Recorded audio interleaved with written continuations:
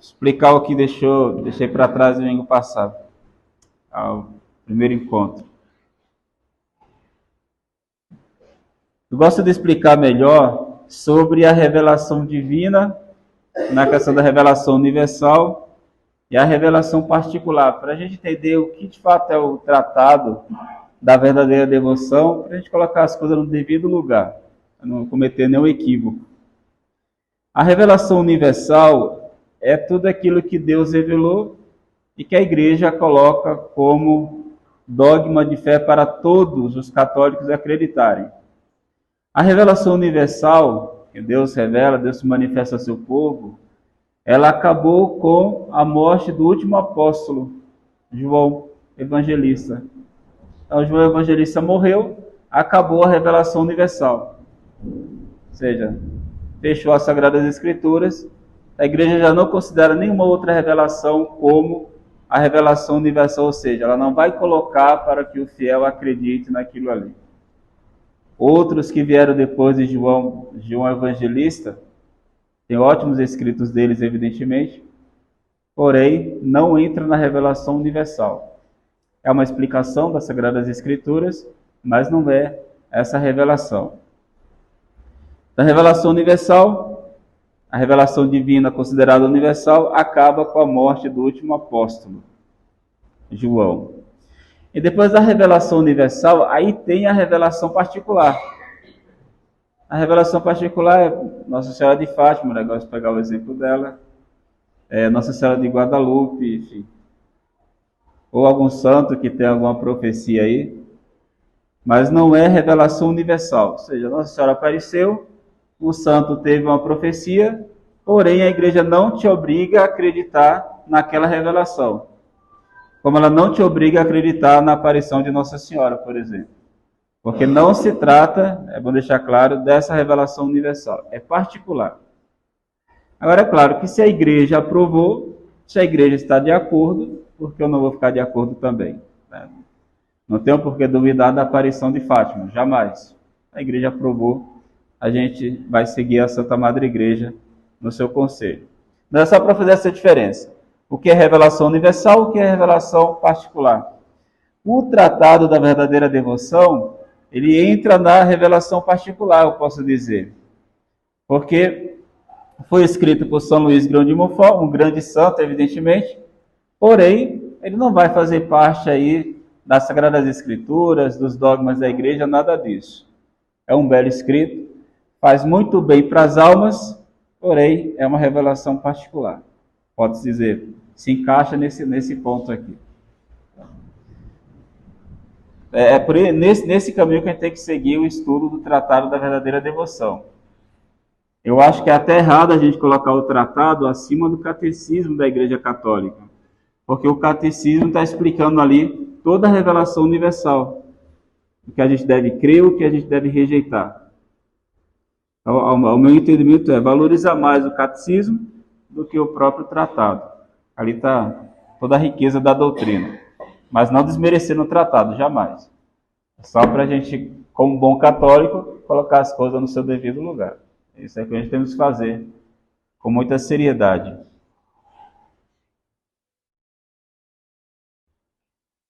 Voltando àquela questão do sacramento, o sacramento, com os sinais visíveis, realiza aquilo que significa pelo sacramento. Né? A água do batismo, como a água simboliza a limpeza, a pureza, quando o indivíduo é batizado, de fato aconteceu isso na alma dele. Realiza o que significa. A matéria da Eucaristia é o pão. Né? Para que serve o pão? Não serve para sustentar? Então, na Divina Eucaristia, o pão dos anjos, que é a hóstia consagrada, serve para alimentar a nossa alma. Realiza aquilo que significa. A água, pureza, limpeza, o batismo, limpeza, pureza. A Eucaristia é o pão, sustento da alma. O pão normal sustenta o corpo. Então, todo sacramento realiza aquilo que significa. Isso não necessariamente vai acontecer no dia da nossa consagração ou renovação a Nossa Senhora. Existe uma diferença muito grande. Claro que a gente vai se consagrar, a gente vai dizer as palavras, porém, se eu não levar a sério isso aqui, se eu não levar com uma devoção à Nossa Senhora, com uma necessidade da minha alma, não vai produzir o que deveria produzir na minha alma. Para o tratado ficar bacana na nossa vida, eu quero pegar a explicação da doxologia da Santa Missa. Por Cristo, com Cristo e em Cristo. Se você entender isso aqui, a gente vai começar a entender o tratado com muito mais facilidade. A explicação de que eu trago não está nesse livro, está em outro livro que eu esqueci em casa também. Vou mostrar para vocês. A nossa santificação depende exclusivamente de nosso Senhor Jesus Cristo. Se excluir Jesus da sua vida, já era, não vai dar nada certo.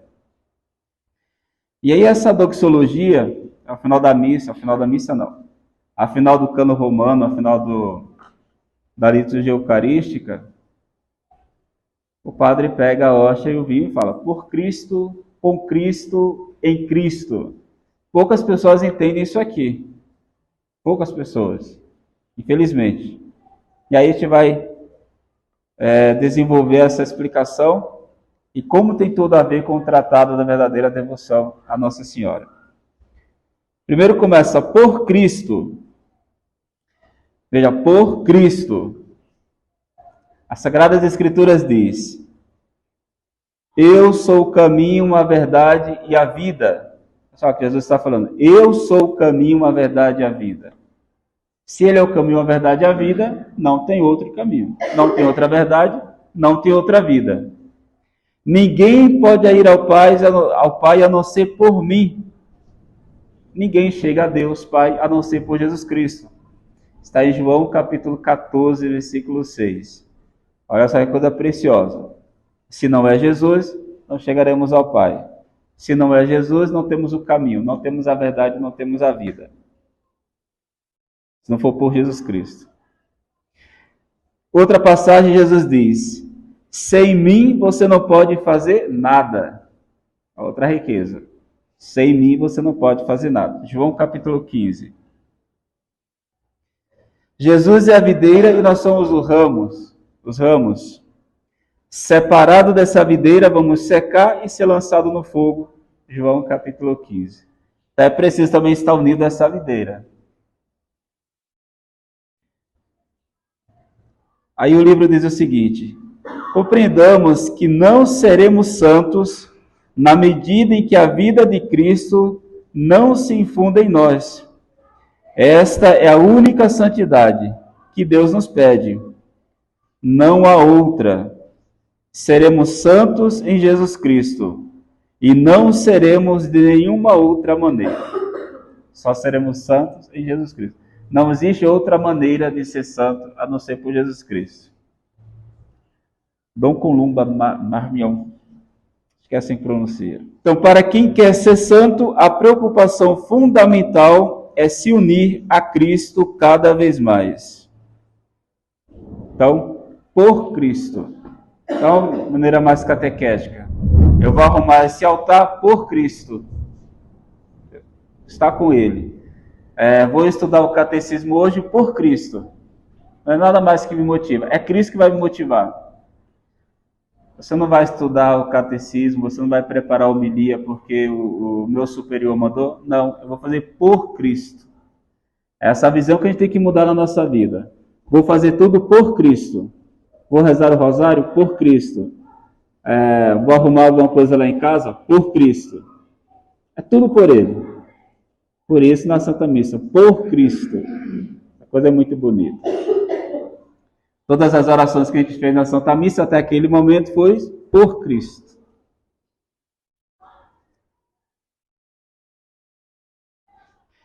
Não podemos apresentar as nossas obras ao Pai que não seja por Cristo. Então, vou lá fazer uma tarde de penitência, sei lá, ficar lá na capela por algumas horas, para agradar a Deus Pai Todo-Poderoso. Mas eu só vou conseguir agradar o nosso Pai se eu fizer essa tarde de penitência por Cristo.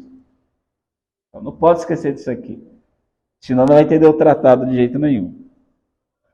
A igreja, veja só, a igreja não se atreve a pedir ao Pai a não ser por Cristo.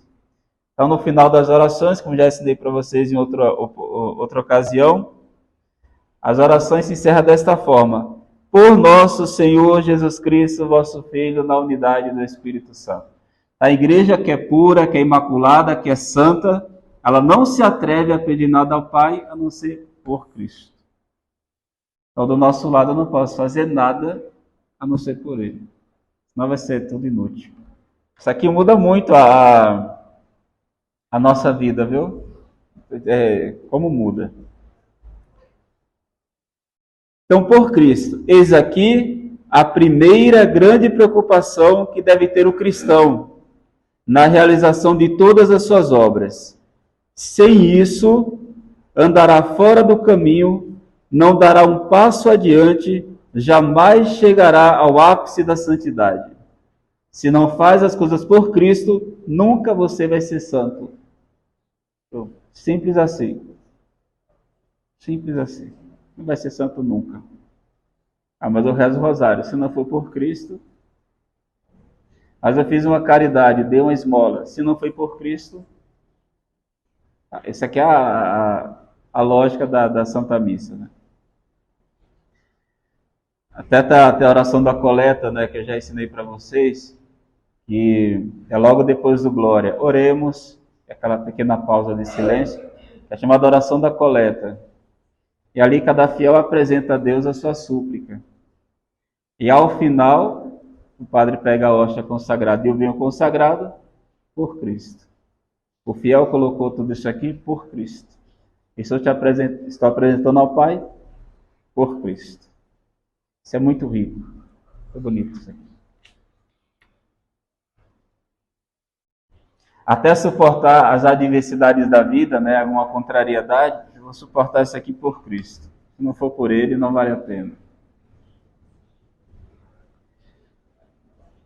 Explicado essa parte aqui, que tem que fazer tudo por Cristo, não faça nada sem ser por Ele, até mesmo amarrar um cadastro. Aí você vai levando a sua vida para o nível espiritual. Não vou amarrar esse cadastro aqui por Cristo. Por Cristo.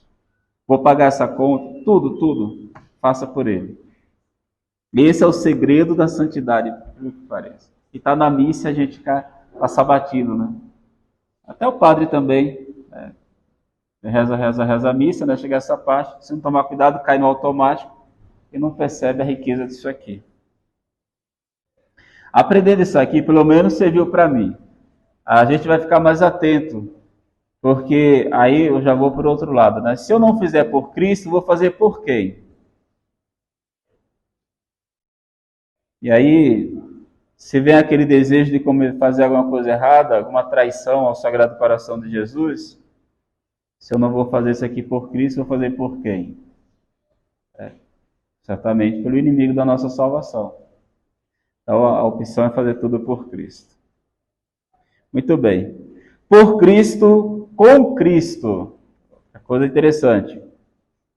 Porém, não é só fazer as coisas por Cristo, mas fazer tudo com Cristo. Com Ele.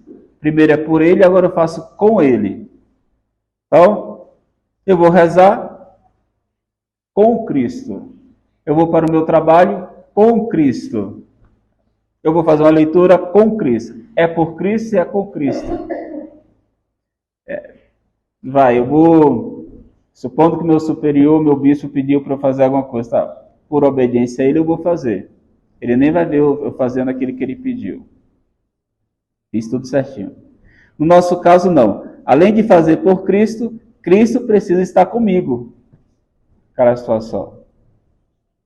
Então, na missa, foi apresentado ao Pai por Cristo e foi apresentado ao Pai com Cristo. O padre não subiu ao altar sozinho, só pelo nome de Cristo. Cristo estava com ele. É assim na nossa vida também. A nossa oração, o nosso trabalho, o nosso recreio, a nossa refeição, o nosso descanso deve ser feito com Ele. A chave também, a chave para descobrirmos o segredo da santidade.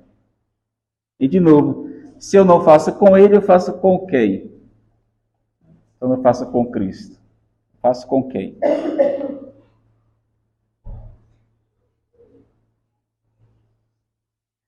E aí o nosso trabalho aí ganha uma coisa, um valor sobrenatural. Porque eu não fiz as coisas sozinho. E não fiz por fazer. Primeiro eu fiz por Cristo, e agora eu faço com Ele. E aqui elevam coloco o meu trabalho cotidiano ao nível sobrenatural, que é muito interessante. Aí o autor do livro, ele pega o exemplo da Santa Missa mesmo. Você pega o vinho, você pega uma gota de água, que é bem pouquinho, você mistura com o vinho.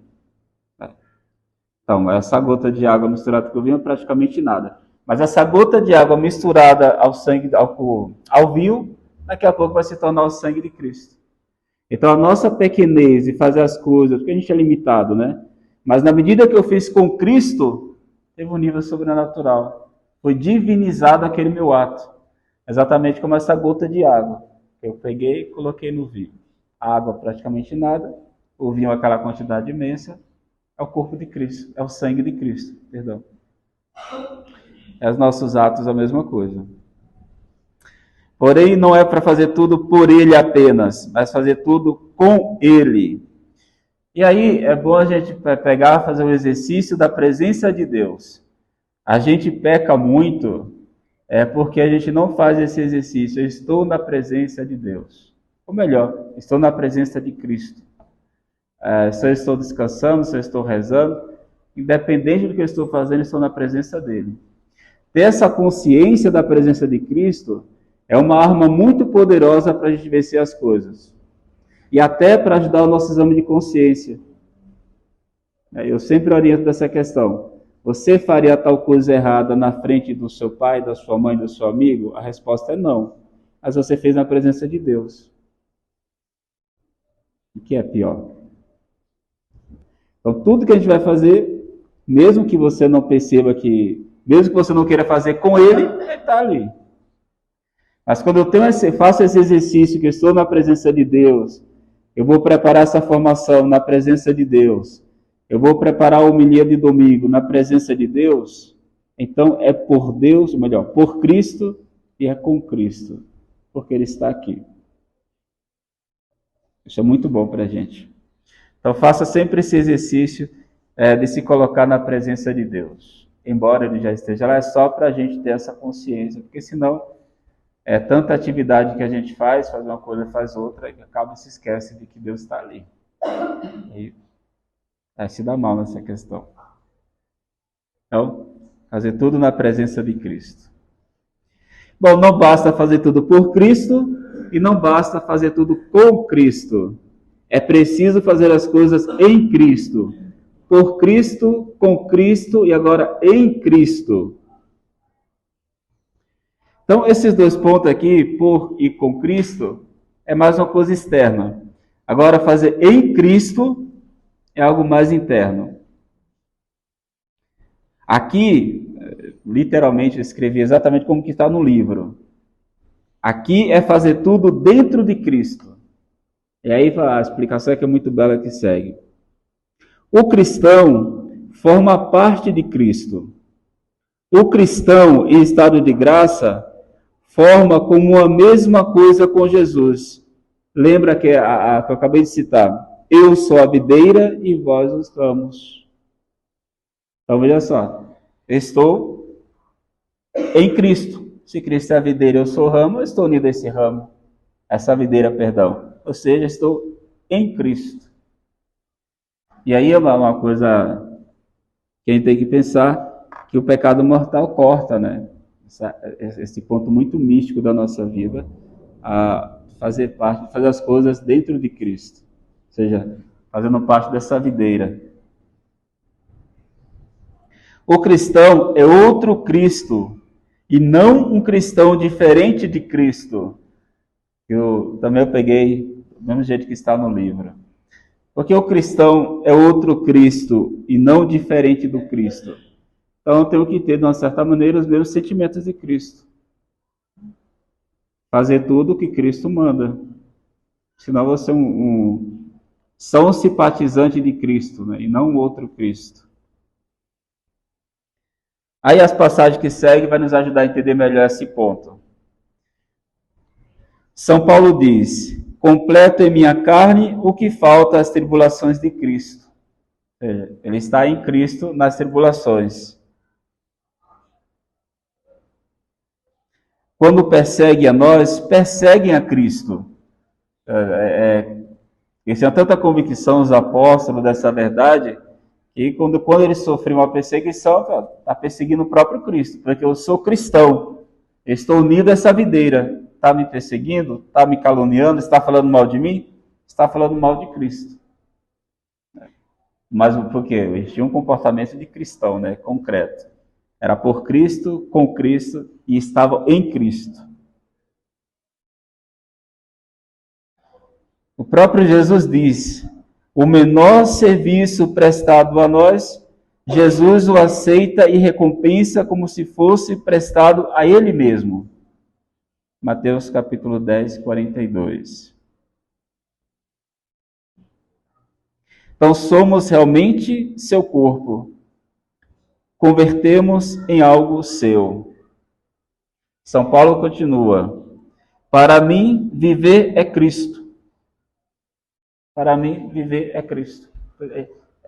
É muito bonito viver o Evangelho de Cristo, né? E você entendeu? Eu sou um outro Cristo aqui, unido a essa videira.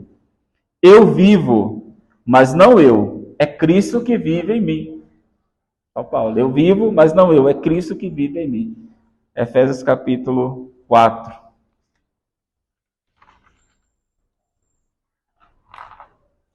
O próprio Cristo vai dizer: quem come a minha carne e bebe o meu sangue, permanece em mim e eu nele.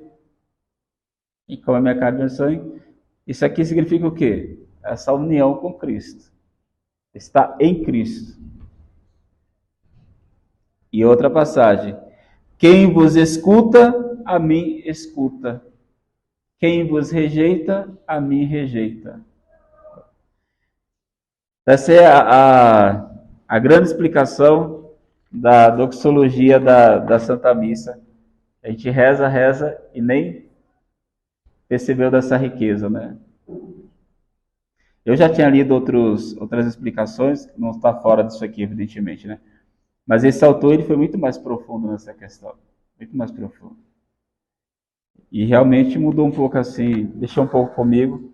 Até nas minhas condutas agora eu começo a pensar: se é por Cristo, se é com Cristo, e em Cristo isso aqui eu não posso fazer. Tal coisa eu não posso pensar, tal coisa eu não posso falar. Isso é muito interessante, nos ajuda muito. Então, em resumo, o que se quer dizer aqui, o tratado diz, esse livro também vai dizer: não existe outro meio de ser santo. Faça a exercitar isso aqui, em nome de Jesus, quando você acordar. Então, hoje eu quero fazer tudo por Cristo, hoje eu quero fazer tudo com Cristo, e hoje eu quero fazer tudo em Cristo. Tendo aquela consciência: se eu tiver a desgraça de cometer uma falta grave hoje, eu já não vou estar mais em Cristo. Eu vou ser cortado, né? Felizmente, o pecado mortal tem essa característica, nos corta dessa videira.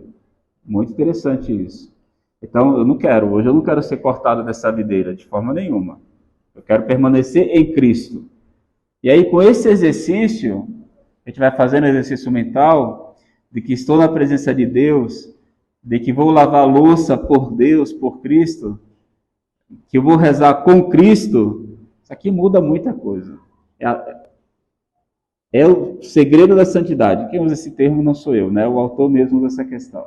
Quem descobre isso aqui e vive isso aqui, está a um passo largo de ser um grande santo.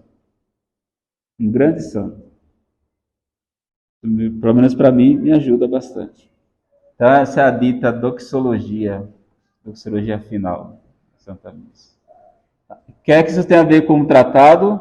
De novo, tudo porque a gente quer se consagrar a Nossa Senhora para ser santo. Mas eu entendi perfeitamente, a partir dessa explicação, de que eu não serei santo sem nosso Senhor Jesus Cristo. De forma nenhuma. E a gente já consegue ligar a formação na nossa última conversa. Toda a devoção tem que me levar para Cristo. Toda a devoção me leva para Ele, porque sem Ele a devoção é um vazio total, não serve para nada, porque não me levou para Cristo. Se não me levou para Cristo, se Cristo é o caminho, a verdade e a vida, acabou, não tem devoção nenhuma. É só aquela devoção de interesse que eu falei, né? Que se vai no santuário, faz todas aquelas coisas, mas a coisa vazia. É que é devota de Nossa Senhora Aparecida, mas faz questão de continuar fazendo coisas contrárias à vontade de Deus. Essa devoção ela não serviu para muita coisa. É muito sério isso aqui. Tá bom. Prosseguindo, outro livro que eu estou estudando, que é O Progresso da Vida Espiritual, do padre William Faber. Ele vai falar de Nossa Senhora, na importância da presença dela no nosso crescimento espiritual. Aí ele usa uns termos lá que eu não tive tempo, confesso, não tive tempo de escrever o que estava no livro, também não tive tempo de pegar o livro que está jogado lá nos meus livros. Mas lá ele fala, se Jesus é o corpo da igreja, nós sabemos muito bem, Jesus, ele é a cabeça da igreja, perdão, né? É um corpo, Jesus é a cabeça. A gente faz parte desse corpo, nós somos o membro da igreja, né? Se é assim, Nossa Senhora é o pescoço, porque ela liga todo membro à cabeça. A importância da devoção a Nossa Senhora, a importância de chegar a Jesus Cristo por meio de Nossa Senhora. Porque Cristo é a cabeça, ela como se fosse o pescoço, que está unindo todo o corpo à cabeça. Então, aí o tratado vai explicar, e esse livro também vai trazer a explicação. É difícil, para não dizer impossível, fazer as coisas por Cristo, com Cristo e em Cristo, se eu não dou atenção para esse pescoço tão belo que é a Virgem Santíssima. Porque somente ela conseguiu fazer tudo de maneira perfeita, por Cristo, com Cristo e em Cristo. Então, a importância da devoção à Virgem Santa Maria. Então, a partir daqui, eu vou fazer tudo por Maria, com Maria, em Maria, porque assim eu vou fazer tudo de maneira bela, por Cristo, com Cristo e em Cristo. Porque ela que vai me levar a fazer tudo de maneira muito bonita para o nosso Divino Mestre, e o nosso Divino Mestre vai nos apresentar ao nosso Pai Eterno. Então, mas não era por Cristo, com Cristo e em Cristo? Sim, mas a importância de Nossa Senhora é exatamente isso. Ela liga. Então, quero fazer por Cristo? 10. Com Cristo, nota 10. Em Cristo, nota 10. Você precisa desse pescoço. Precisa de Nossa Senhora. Senão você não consegue fazer tudo por Ele, com Ele e nele. O livro do Padre Firmo. Eu prometo que eu trago. Eu vou ler a parte que até coisa lá que eu fiquei muito bonita a explicação dele. Ele até fala que a devoção a Nossa Senhora não é uma coisa assim, entre 10 devoções eu vou escolher essa aqui, não. Você tem que escolher essa daqui, a devoção a Nossa Senhora. Você precisa escolher. Porque São Pedro não é o pescoço, São Judas não é o pescoço. Ela é. Eu gostei dessa comparação, né? Corpo, pescoço, cabeça. Interessante. Cristo, cabeça, Nossa Senhora, pescoço e a gente. Muito rico isso aqui. É beleza demais. O meio de união a Jesus. Depois de mostrar a meta e o caminho que conduz até lá, é preciso indicar o meio. Então, a nossa meta é a santidade. Eu já expliquei aqui. Sem Jesus Cristo, que é o caminho, a verdade e a vida, não vamos ser santos. A nossa meta é ser santo e eu preciso estar unido a Jesus Cristo. Isso aqui é a nossa meta. Né? Agora vamos indicar o meio para atingir tal meta. Indiquemo-lo desde já. Este meio é a Maria Santíssima. É Maria Santíssima. O papel de Maria é gerar Jesus Cristo em nós. Provemos esta verdade estudando como se faz tal gestação. Essa função encerra toda a economia de sua intercessão e de sua meditação e resume as questões mais profundas de nossa santa religião. Embora seja um ponto um tanto filosófico, não devemos, entretanto, preteri-lo. Jesus feito homem é o nosso Salvador, e é dele que nos chega toda a graça. É que ele vai insistir nesses capítulos de que nada fora de Jesus. Nada fora de Jesus. E nenhuma graça chega até na minha vida e na sua, se não for por Jesus. Ele, Jesus Cristo, é a causa imediata e eficiente da nossa salvação. Mas foi por Maria que ele se fez homem. Foi como Salvador e Senhor que Maria o concebeu e deu à luz. Logo, Maria é a causa imediata de nossa salvação, já que, segundo o desígnio divino, sem ela estaríamos privados do Salvador. Então, tudo que a gente explicou agora há pouco. Tudo é por Jesus, acabou de falar, mas se não tiver Maria aqui no meio, nada. Então, Jesus quer fazer de todo mundo aqui grande santo, né? Colocando em prática isso aquilo que a gente explicou. Fazer da gente grande santo, porém, deve ter Maria no meio. Agora, é sempre lembrar do pescoço. Se não lembrar do pescoço, vai entender a importância de Nossa Senhora.